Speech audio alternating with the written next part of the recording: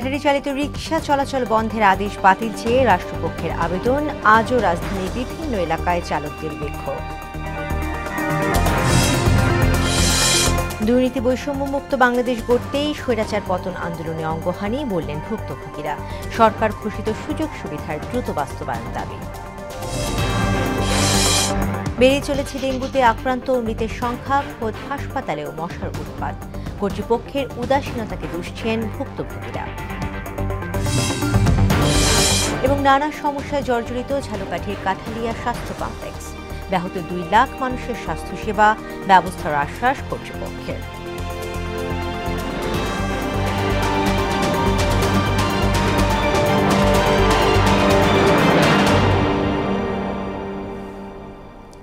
আসসালামু আলাইকুম, মোহনা সংবাদে সবাইকে স্বাগত। শুনছিলেন শিরোনাম, সঙ্গে আছি তাসমিয়া জেরিন। এবার বিস্তারিত। ঢাকা মহানগর এলাকায় 3 দিনের মধ্যে ব্যাটারি চালিত রিকশা চলাচল বন্ধের আদেশের বিরুদ্ধে আবেদন করেছে রাষ্ট্রপক্ষ। সকালে আপিল বিভাগের সংশ্লিষ্ট শাখায় এ আবেদন করা হয় বলে অ্যাটর্নি জেনারেল কার্যালয় সূত্রে জানা যায়। চেম্বার বিচারপতির আদালতে এ আবেদনের ওপর শুনানি হতে পারে আজই। এদিকে ব্যাটারি চালিত রিকশা চলাচল বন্ধে উচ্চ আদালতের নির্দেশের প্রতিবাদে আজও রাজধানীতে সড়ক অবরোধ করে বিক্ষোভ করেছে রিকশা চালকরা। সকাল 10:30টার পর থেকে রাজধানীর আগারগাঁও, যাত্রাবাড়ি সহ বিভিন্ন এলাকায় সড়কে অবস্থান নিয়ে বিক্ষোভ করেন তারা। এ কারণে রাস্তায় যান চলাচল ব্যাহত হয়। পরিস্থিতি নিয়ন্ত্রণে পুলিশ কাজ করছে।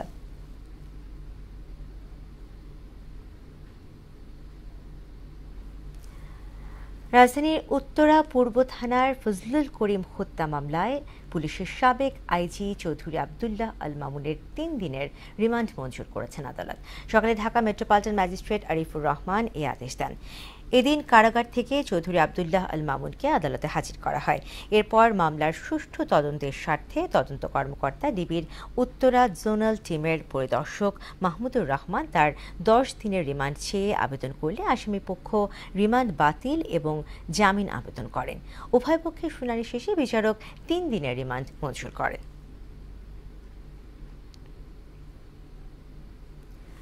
স্বৈরাচার পতন আন্দোলনে গত জুলাই আগস্টে রাজপথে হামলার শিকার হয়ে প্রাণহানির পাশাপাশি অঙ্গ হারিয়েছে হাজারো ছাত্র জনতা।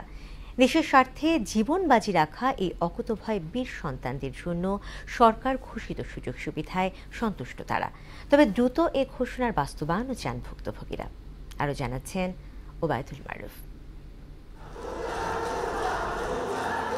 বৈষম্য বিরোধী ছাত্র আন্দোলনে রাজপথে ছাত্রদের উপর নির্বিচার গুলিবর্ষণের পর শুরু হয় স্বৈরাচার পতনের 1 দফা কর্মসূচি। আর ছাত্রদের আহ্বানে সে আন্দোলনে রাজপথে সরকারি বাহিনীর গুলিতে জীবন হারানোর পাশাপাশি অঙ্গ হারায় বিভিন্ন শ্রেণী পেশার মানুষ। রাজধানীর পঙ্গু হাসপাতালে কেমন আছে জুলাই গণঅভ্যুত্থানের আহত সেনারা? থাইল্যান্ড থেকে ডাক্তার আসছিল, থাইল্যান্ডের ডাক্তার আমাকে ওটি করাইছিল। এখন মোটামুটি ভালো। আমাদের ডাক্তার থেকে শুরু করে নার্স থেকে শুরু করে সবাই আমাদের দিছে, কেউ আমাদের সাথে কোনো সময় খারাপ ব্যবহার করে নাই। বর্তমানে আমরা অনেকটাই উন্নত মানের চিকিৎসা করে আমরা অনেকে বাড়ি ফেরার চেষ্টা করতেছি। স্বৈরাচার মুক্ত বাংলাদেশে জুলাই বিপ্লবে আহতরা প্রত্যাশা করেন বৈষম্য মুক্ত একটি দেশ, যেখানে প্রতিটি সেবা খাত হবে দুর্নীতিমুক্ত।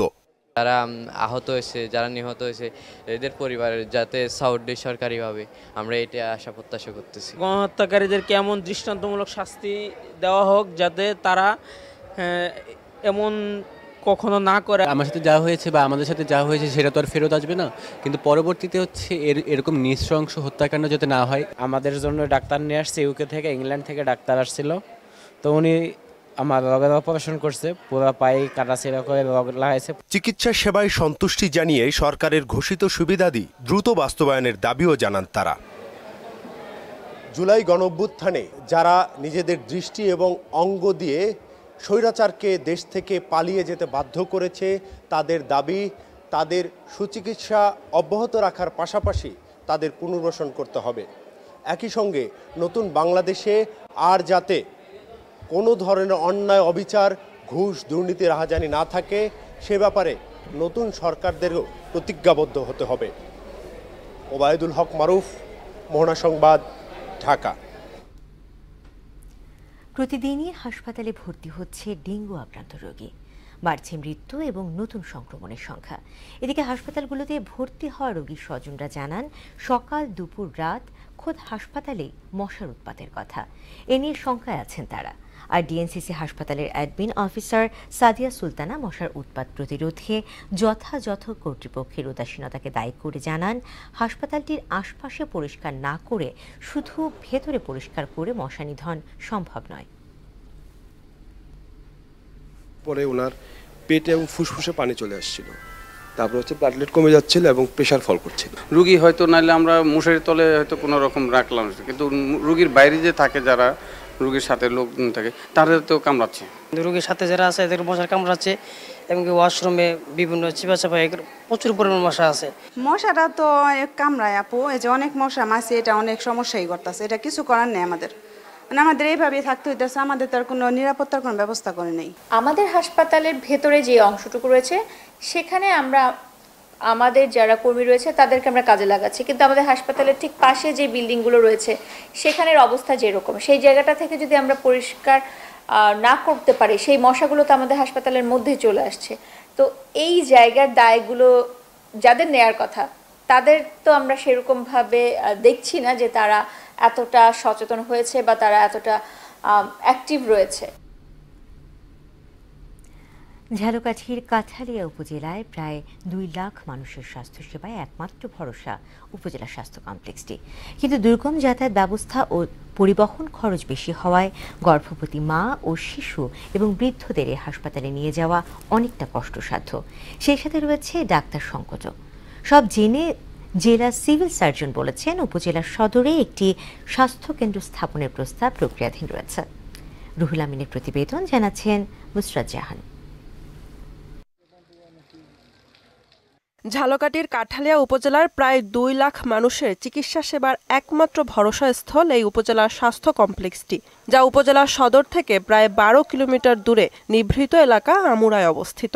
তাই জরুরি অবস্থায় কোনো রোগীকে সেখানে নিয়ে যাওয়া যায় না। হাসপাতালটিতে 2টি অ্যাম্বুলেন্সের ব্যবস্থা থাকলেও একটি প্রায় অকেজো থাকে, ফলে রোগী বহনে বাড়তি টাকা গুনতে হয়। তাই উপজেলার সদরে একটি স্বাস্থ্য কমপ্লেক্স স্থাপনের দাবি জানিয়েছে স্থানীয়রা।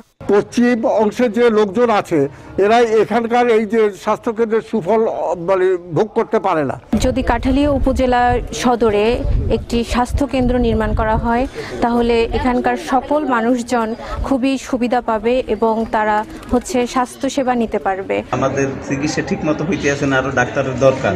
16টি পদের মধ্যে কর্মরত আছেন মাত্র 5 জন চিকিৎসক। প্রয়োজনীয় লোকবলের সংকটের কথাও তুলে ধরেন এই স্বাস্থ্য কর্মকর্তা। মাত্র 5 জন চিকিৎসক চিকিৎসা সেবা চালিয়ে নিচ্ছি, বাকি আমার 11টি পোস্ট এই মুহূর্তে খালি আছে। যন্ত্রপাতির অভাব আছে, যে কারণে আমি কিছু প্যাথোলজি সেবা দিতে পারতেছি, কিন্তু সম্পূর্ণটি দিতে পারতেছি না। সব জেনে জেলা সিভিল সার্জন বলেন, উপজেলার সদরে আরেকটি স্বাস্থ্যকেন্দ্র স্থাপনের প্রস্তাব প্রক্রিয়াধীন রয়েছে। কাঠালিয়ার সমস্ত জনগণ ওই হাসপাতালে সেবা নেওয়ার মতো সুযোগ তাদের হয় না, কারণ অনেক দূরে হয়ে যায়। যে জন্য আমরা উপজেলা সদরে 20,000 একটা হাসপাতালের চেষ্টা করতেছি, এটা আমাদের প্রসেসে আছে। রোগীদের ভোগান্তির কথা চিন্তা করে হাসপাতালটিতে দ্রুত চিকিৎসক ও ঔষধ সরবরাহ করবে এমন প্রত্যাশা সবার। বুশরাত জাহান, মোহনা সংবাদ। দর্শক, আমরা যেমনটা জানি যে ঢাকা মহানগর এলাকায় 3 দিনের মধ্যে ব্যাটারি চালিত রিকশা চলাচল বন্ধের আদেশের বিরুদ্ধে আবেদন করেছে রাষ্ট্রপক্ষ। তো রাজধানীর হাইকোর্ট এলাকায় এখন আছেন আমাদের সহকর্মী মুদাসির আলী। রিটের সবশেষ তথ্য জানাতে সরাসরি যুক্ত হচ্ছেন তিনি আমাদের সঙ্গে।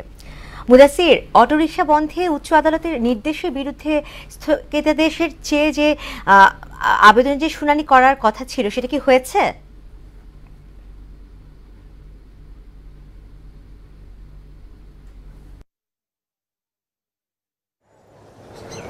যে এই মুহূর্তে কিন্তু কার্যক্রম শুরু হয়েছে, যে রিট আবেদন করার বিষয়টি সেটি কিন্তু কার্যক্রম শুরু হয়েছে।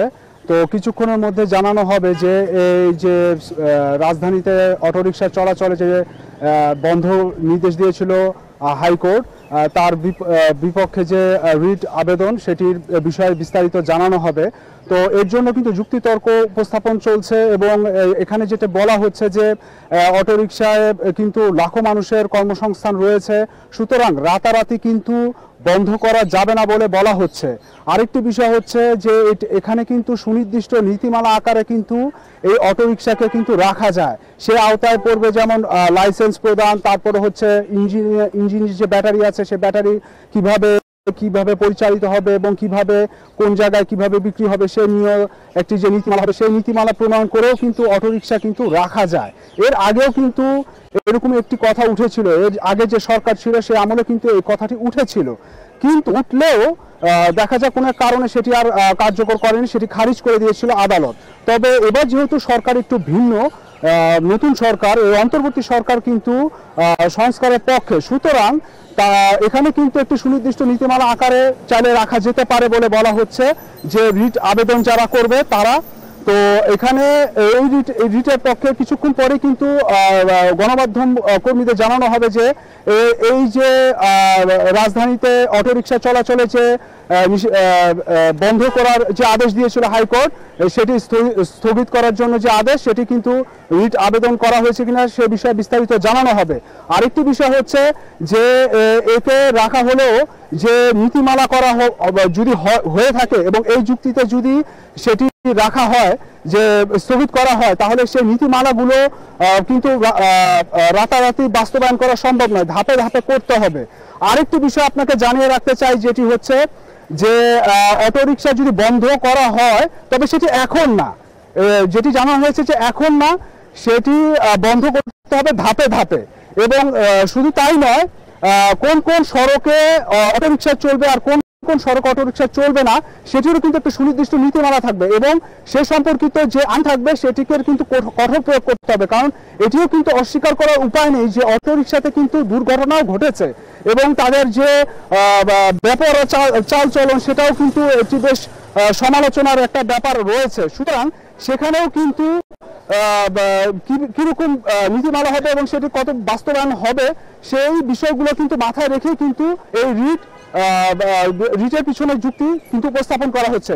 তো হাইকোর্ট থেকে এই পর্যন্ত পাওয়া তথ্য আমার কাছে ছিল।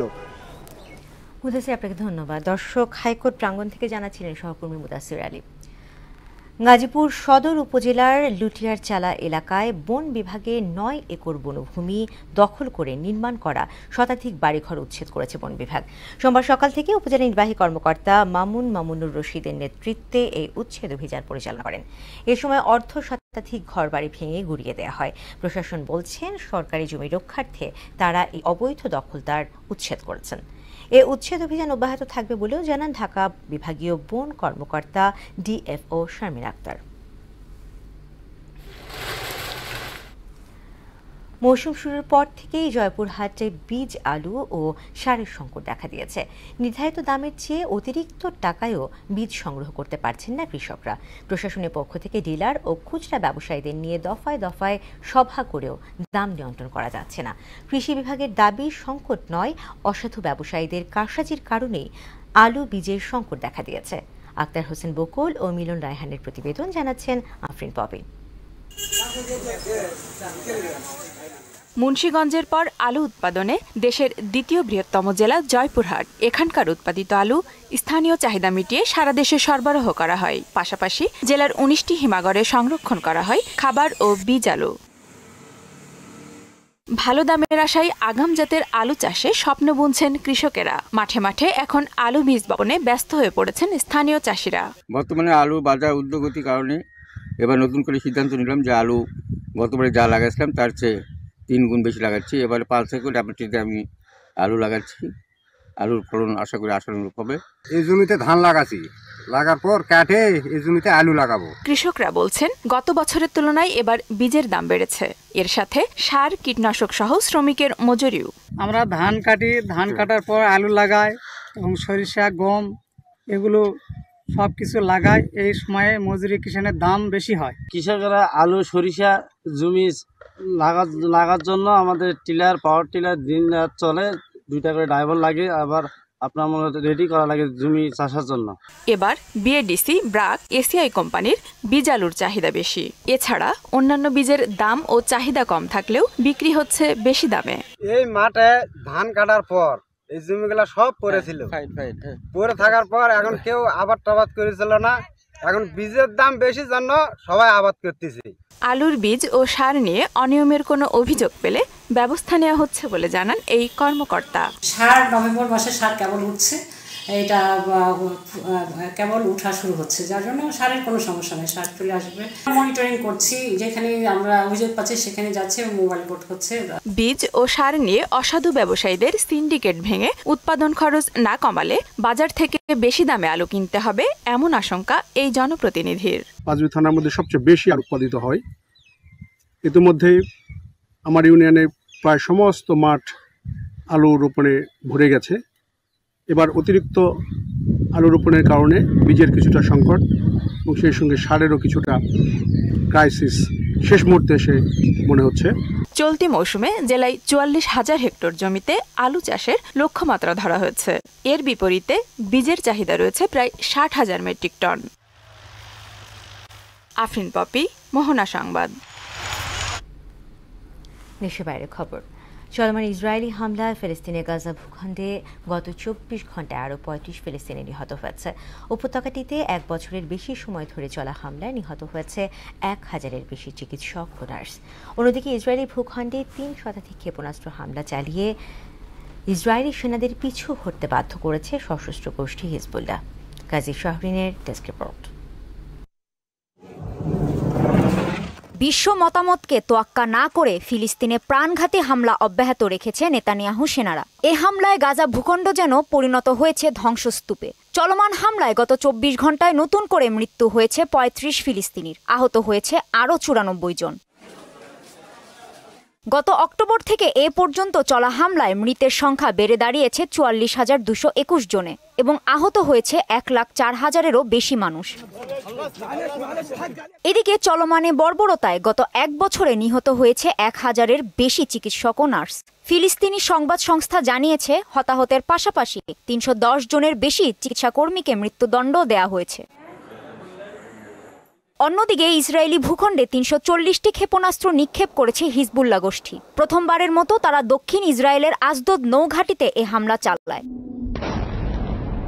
শুধু তাই নয়, লেবাননের একটি গুরুত্বপূর্ণ পাহাড় থেকে ইসরায়েলি সেনাদের পিছু হটতেও বাধ্য করেছে এ সশস্ত্র গোষ্ঠী।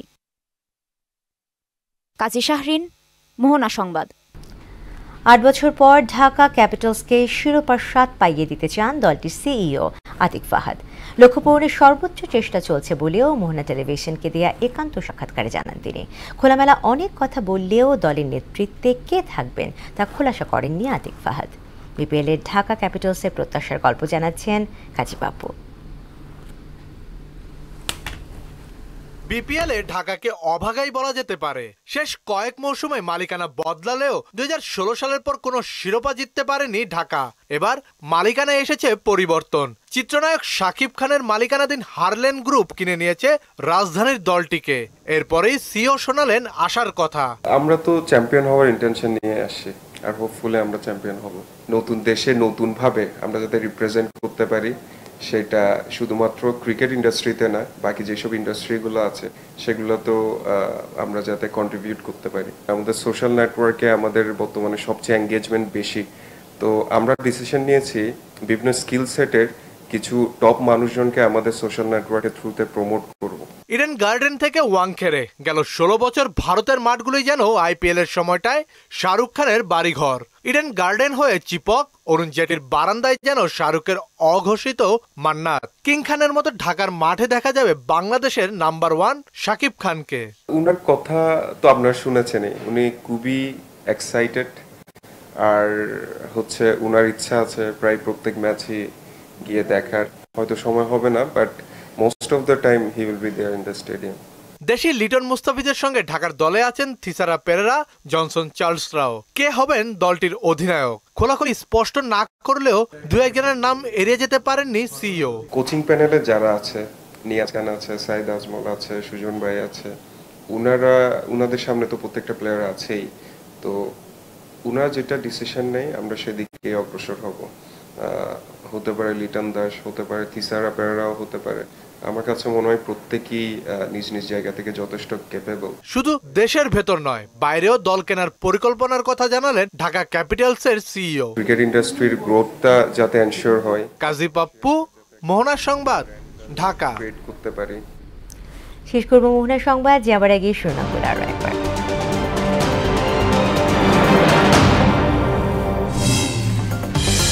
ব্যাটারি চালিত রিকশা চলাচল বন্ধের আদেশ বাতিল চেয়ে রাষ্ট্রপক্ষের আবেদন। আজও রাজধানীর বিভিন্ন এলাকায় চালকদের বিক্ষোভ। দুর্নীতি বৈষম্য মুক্ত বাংলাদেশ গড়তে স্বৈরাচার পতন আন্দোলনে অঙ্গহানি, বললেন ভুক্তভোগীরা। সরকার ঘোষিত সুযোগ সুবিধার দ্রুত বাস্তবায়ন দাবি। বেড়ে চলেছে ডেঙ্গুতে আক্রান্ত ও মৃতের সংখ্যা, খোদ হাসপাতালেও মশার উৎপাত। কর্তৃপক্ষের উদাসীনতাকে দুষছেন ভুক্তভোগীরা। এবং নানা সমস্যায় জর্জরিত ঝালকাঠির কাঠালিয়া স্বাস্থ্য কমপ্লেক্স। ব্যাহত 2 লাখ মানুষের স্বাস্থ্যসেবা, ব্যবস্থার আশ্বাস কর্তৃপক্ষের। দর্শক, এই ছিল মোহনা সংবাদ। পরবর্তী সংবাদ বিকেল 5:30টায়। এর আগের সংবাদ এক নজরে দেখবেন বিকেল 3টায়। মোহনার সবশেষ খবর জানতে ভিজিট করুন www.mohana.tv। সংবাদ দেখতে পারেন আমাদের ফেসবুক পেজ ও ইউটিউবে। এতক্ষণ সঙ্গে থাকার জন্য ধন্যবাদ।